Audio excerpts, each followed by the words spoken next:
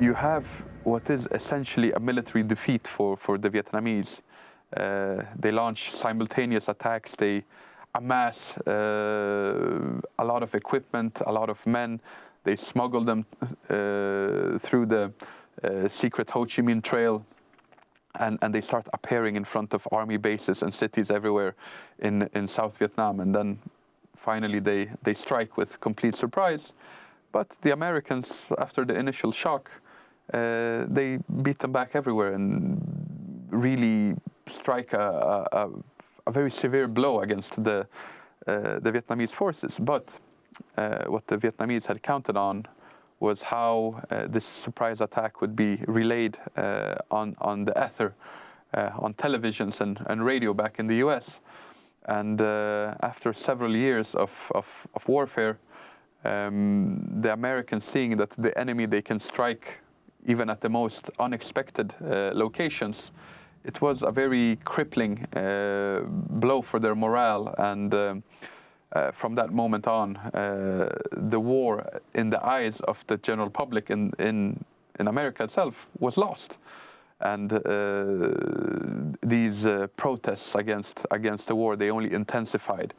With America naturally being a democracy, and when you don't have support of the people for your war, and instead you have here a vast percentage, a majority of the population being very vocal against it, and especially among the young people that are supposed to be drafted and sent over, the North Vietnamese were correct in identifying this as being the Achilles heel of the Americans. So what was technically a military defeat was turned into probably one of the most important components of their long-term strategic victory.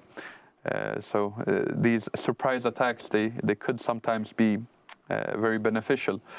Another example is the fall of Singapore during the Second World War.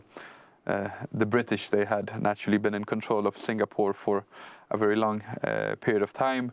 They had very well prepared defenses that were looking out across the strait. Yes, nobody expected an attack on Singapore to come from the land side. Yes, and here this surprise was also somewhat of a shock, as it was considered somewhat of a crown jewel of the British Empire in the region. And with that loss, then other parts, Burma, they fell quickly. So this shock is something that is always very beneficial.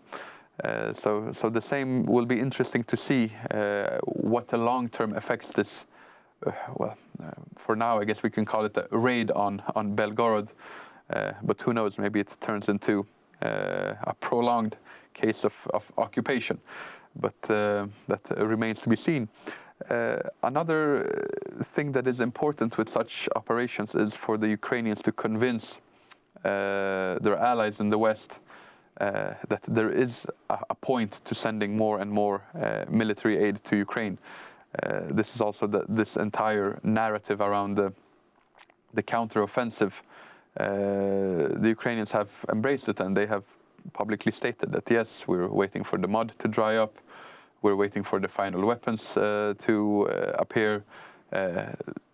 Some info about our plans in the so-called Pentagon Papers have been leaked to the public, so we need to remake some of those plans. But don't worry, there is a counteroffensive coming.